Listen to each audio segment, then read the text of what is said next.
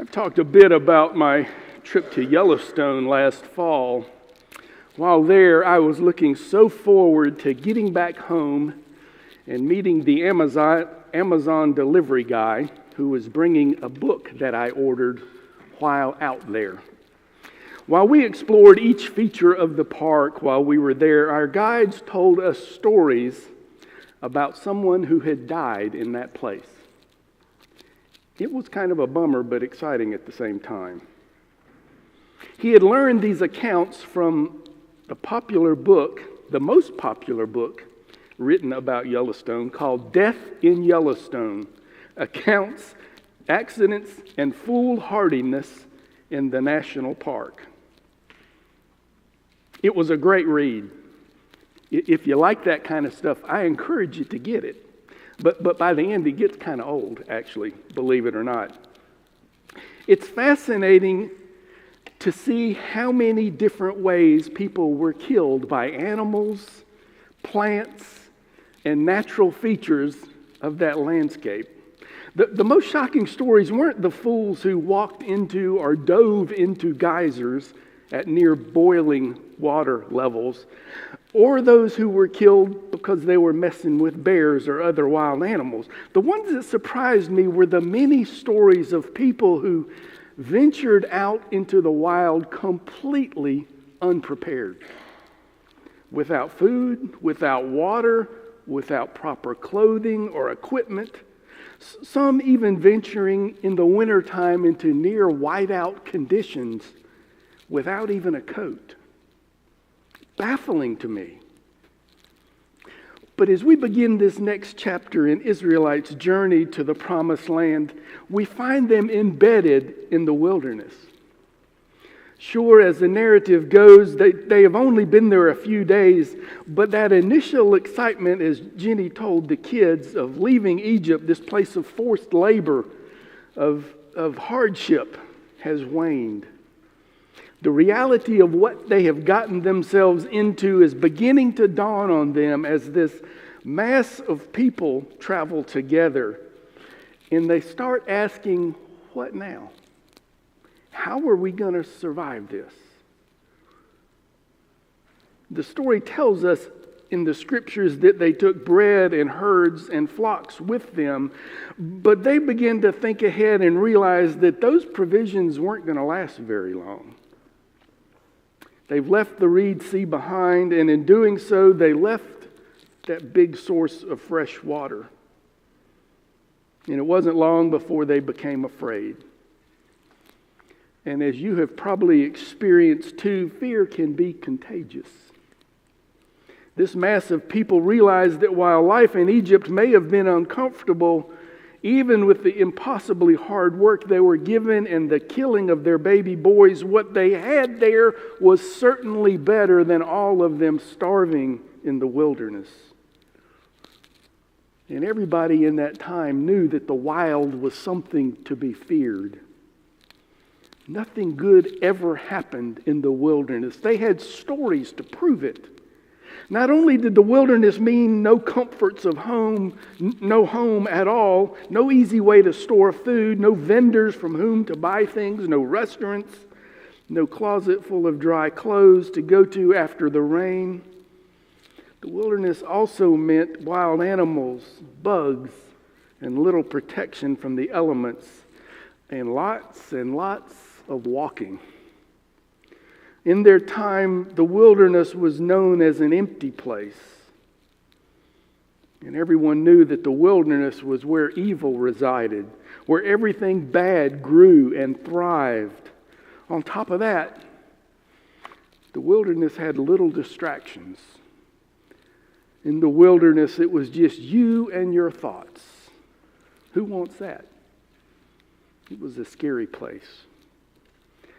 I've often equated the wilderness wandering with the season we are in now, the season of Lent, the 40 days before Easter. It's always seemed to me in the church year an empty time, a time to dread. Knowing that Jesus' week of passion was coming, to me Lent was a foreshadowing of his death. It's always been dreary. But My friend Brian McLaren reminds us that the wilderness doesn't have to be seen that way.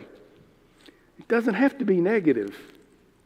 The wilderness can also be a time of liminal space, a space of growth, of renewed focus, of contemplation, of connection, of resetting, of introspection, of reorientation, and even of education.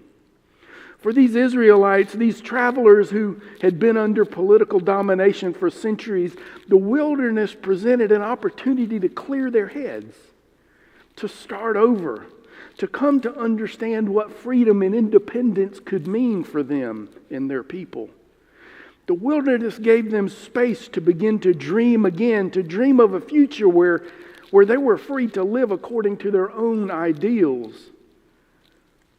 In the wilderness, McLaren tells us, the earth itself became their teacher after generations of being brainwashed by the Egyptian ideas and politics. This experience, like that of Jesus in the wilderness following his baptism, became a time of fertile growth, of resetting their identity, of rekindling this relationship they had with this God they were just getting to know. But it wasn't easy. It took a long, long time for those realizations and those changes to come about. These unprepared and complaining travelers were given water by God on 3 different occasions. Pete Enns, the popular Bible for Normal People podcast host, reminds us that God's provision of water was reminiscent of the very demonstrations of God's power back in Egypt. The first time the travelers had been without water for 3 days, and when they finally came to an oasis, that water wasn't safe to drink. The Hebrew language literally reads that the water was bitter. But God showed Moses a certain tree branch nearby, and when Moses tossed that branch into the water, it was miraculously purified. And the Hebrew there says that the water became sweet.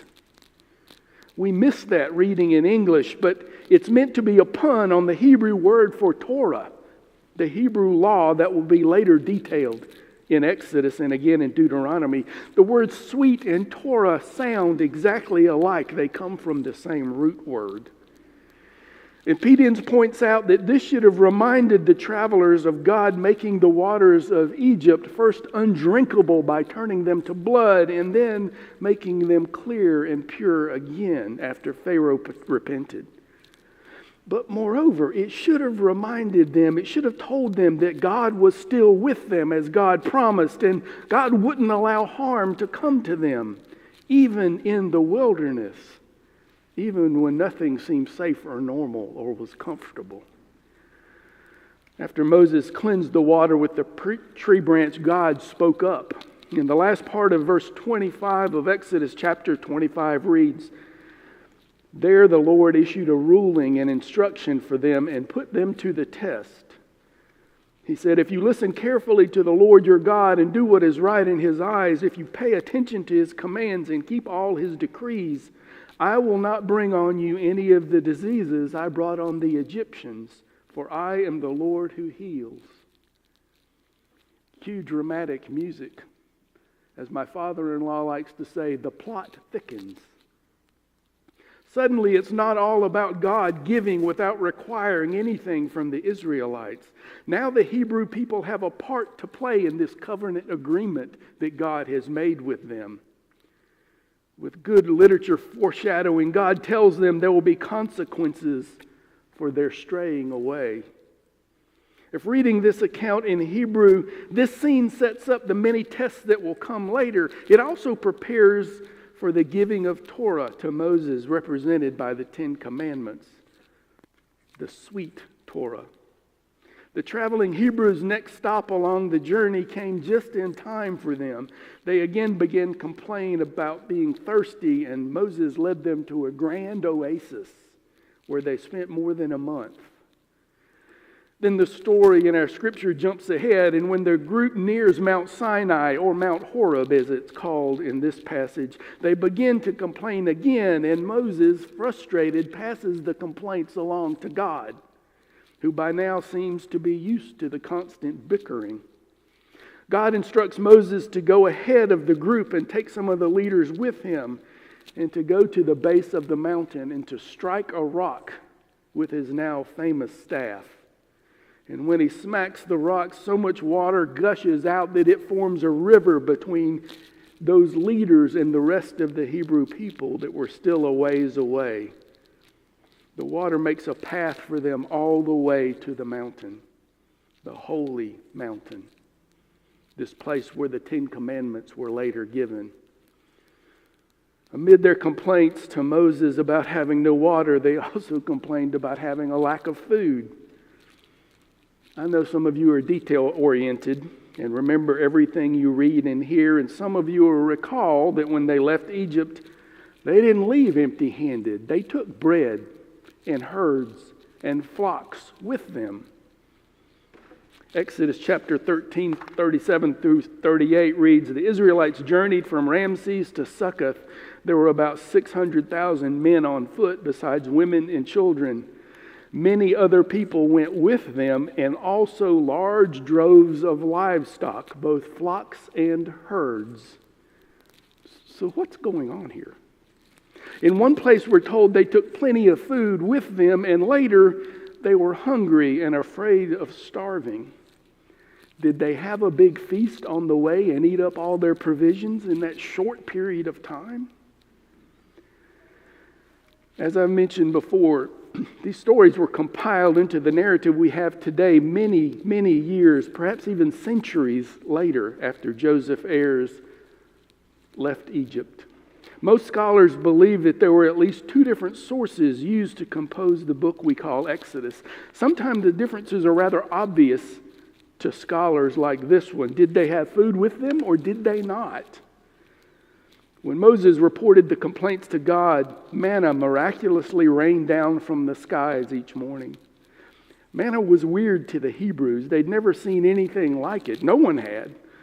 And apparently it tasted like honey cakes, but was thin like crackers or perhaps frosted flakes. Who knew that God invented breakfast cereal? The Hebrew word manna means simply, what is it? Even though they now had food, they soon began grumbling again, this time because they were bored with breakfast cereal. They wanted meat too. And again, they ignored the previous detail that they had left Egypt with herds and flocks. What happened to them, we don't know. Each morning the manna was found on the grass, and each evening at twilight, quail appeared, and they had their fill. This Exodus story is the defining identity narrative for the Hebrew people. Remember, the best scholarship shows that this section of Exodus was compiled into the story we now have while the Jewish people were in exile, either in Babylon or Persia. These stories were important to them in that time because it's their origin story too. But more so because it reminded them that no matter where they might end up in the future, no matter their travails, no matter the celebrations that came their way, their God would always hear their cries and always be there. And not only would God be there for them as God promised, but God would also be faithful to care for their needs and their wants. We'll see as we go along in the Old Testament that there are times when it seemed like God wasn't with them or that God had abandoned them. These were seen as times when God had wandered away or they had wandered away from God, and when they had failed the test, when they had not kept up their end of the bargain or their part in the covenant. So they believed God was disciplining them to bring them back into a right relationship, and the prophets told them that. But through it all, God would not give up. Though several times along the way, God had to be convinced by these prophets not to destroy them and start over. So what does this Bible passage have to do with us, a group of Baptists who have never been in exile, who most of whom can't imagine wandering unprepared in the wilderness for years? You may have heard attempts by various interpreters to allegorize these parts of the story. Some have suggested that the bitter waters refer to the tribulations that the faithful will suffer until Christ comes again. but that Christ will turn those bitter waters of persecution and suffering sweet if we only focus on and follow Jesus. Others have suggested that the branch or the tree that Moses threw into the lake there is to foreshadow the cross on which Jesus was crucified, and the bitter water represents the drink he was given as he died. Perhaps.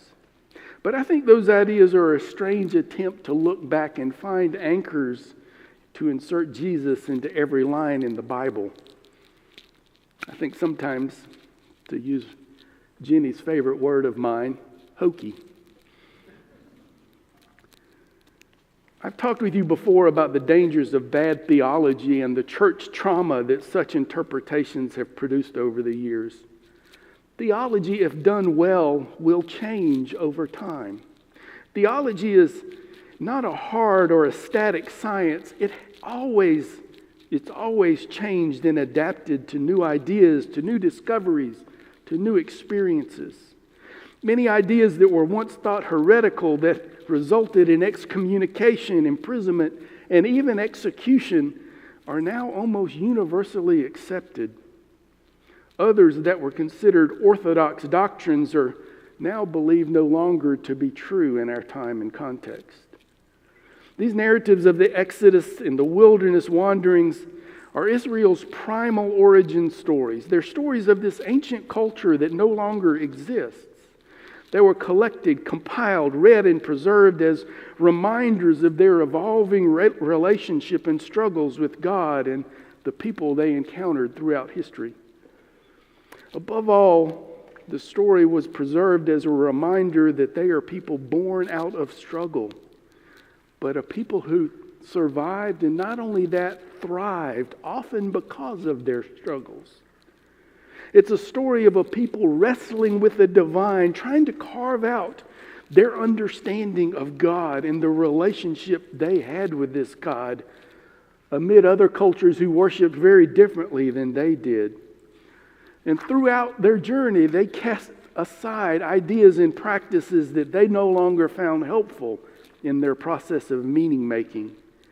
They moved from a pantheon of gods to one God, Yahweh, or as they refer to God, Adonai, or simply in our scriptures, the Lord. When I read many of these stories, I tend to see them as just that, stories. Stories that teach me more about the human condition than about the gods they worshipped or the God I worship today. Like the people wandering with Moses, I tend sometimes to complain too much. I too am quick to grumble, argue, blame, make excuses for my bad behavior, or more often to hide my fear. I too need help in these moments when I find myself wandering in the metaphorical wilderness, unprepared, helpless, and in need of rescue. Too proud to ask anybody for help. I too sometimes need a kind neighbor to lend me a hand. I too sometimes cry out for divine intervention. But through it all, no matter my actions or inactions, God is still God. Nothing I say or do stops God from being God, stops God from loving, from caring, from nurturing, from growing, from creating, from seeking to bring all creation together as God has always done and will always do. And like in these tales, God is always near and available if I but look for the signs. Signs as visible in the glowing torch in the darkness of night and the pillar of smoke leading the way in the daylight for these Hebrew people. If I only learn where to look for those signs and how to see them. No, God may not appear to us today like God appears in these stories. Our ideas about who God is and how God interacts with us is usually very different. We certainly don't see God as angry or as vindictive. We don't believe God toys nor tests us. We don't believe God casts plagues on us when we stray, nor demands that we make sacrifices on altars of stone. We understand God differently than this ancient culture understood and related to the divine. Remember, the Bible is a collection of stories, a library used by these ancient cultures to make meaning, to try to explain the mysterious details of their often harsh existence in that primitive culture. It was easy to blame God when they didn't understand what was happening. It was easy to credit God when good occurred and wonder how they angered their God or the gods of other nations when things went wrong. This story today invites us to consider our wilderness moments, times when we might feel alone, abandoned, or wandering without direction, feeling completely unprepared for our circumstances, afraid of what might be coming in the dark. Some of you might enjoy or even long for such wilderness experiences. While many of us didn't enjoy the pandemic's shutdowns, others of us grew to enjoy solitude, taking on new habits of introspection and contemplation. After Jesus' time in the wilderness, he emerged to change the world. The Gospels tell us that after that, he often made a habit of rising early in the morning and wandering off in search of solitude. When we think about his time in the wilderness, we tend to look at it as a negative. But in reality, Jesus' wilderness time was foundational for everything that came afterwards. As I've grown older, I've learned to appreciate solitude and introspection more and more. In fact, I've grown to need alone time. Oh, sure, I still face the temptation of trying to fill every moment with noise and distractions. But when I get to the point that I can silence my phone and the many intrusive thoughts of the urgent, I have found even just a few seconds of solitude and silence can give me the focus and insight that would not have come otherwise. I found that it's only when I'm alone and silent that I can hear the deepest parts of my soul, the place that I find God, the very wilderness inside of myself. But even those who are, like me, extroverts, need wilderness time. Even these Israelites needed their time wandering in the wilderness. And once they got over the shock, it was there that they learned their needs were not supplied by the Pharaoh or their taskmasters, but were supplied by God. That all they needed came from the earth and could be found all around them, even in this dreaded wilderness. Those realizations would have never happened without the time they spent wandering there. In this story, the wilderness became just what the people needed, just when they needed it. Later, the prophets called for the nation of Israel to remember these days, to recall the time when God led them out of Egypt and cared for them on their journey. It wasn't just that they were being romantic. Those prophets knew that they needed to remember their wilderness experience. What was most feared became the thing they most needed. I wonder if that's often the same with us in our individual lives, or even as we journey together as a community of faith. We often need to be called to remember our times of difficulty, of our wilderness wandering, of the dark nights of the soul when we've lost sleep because of stress or fear, and then to recall the ways we emerged on the other side of those wilderness moments, stronger, with deeper faith, deeper wisdom, and the knowledge that even in the darkest moments, even in the terror, God was there walking beside us, inspire us, and feeding our souls. Amen.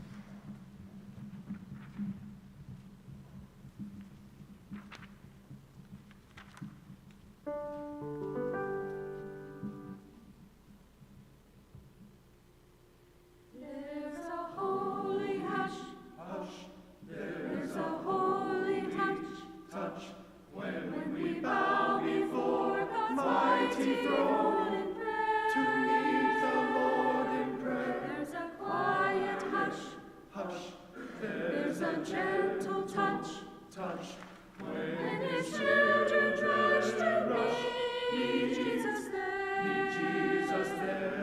We will all bow down, when our prayers are found. We will gather round to feel his loving care. We will know the hush. We will feel his touch. When his children rush to meet in prayer. We will pray to the Lord. We will be his majesty. We'll sing glory to God. And a praise will increase. We will worship the Lord. We will praise him evermore. We will hear the holy hush. We will know that he is Lord. Yes, he is Lord. There'll be a holy hush. When we feel his touch. When we bow before his mighty throne in prayer. To meet the Lord in prayer. We will praise and sing to the Lord our King. We will shout Hosanna, with heavenly grace. Let his holy hush surround us in this place. Hear the holy hush. Hear the prayers that touch. Hear the holy, holy.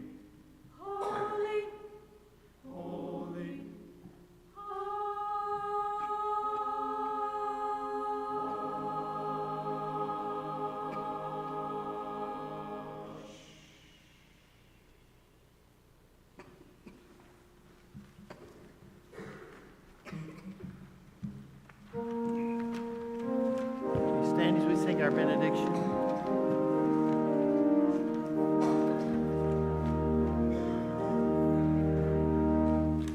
We shall walk through the valley in peace. We shall walk through the valley in peace. For Jesus himself will be our leader.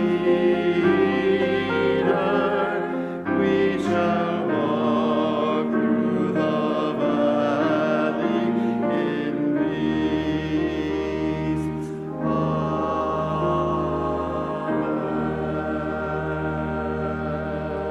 Amen. God bless you.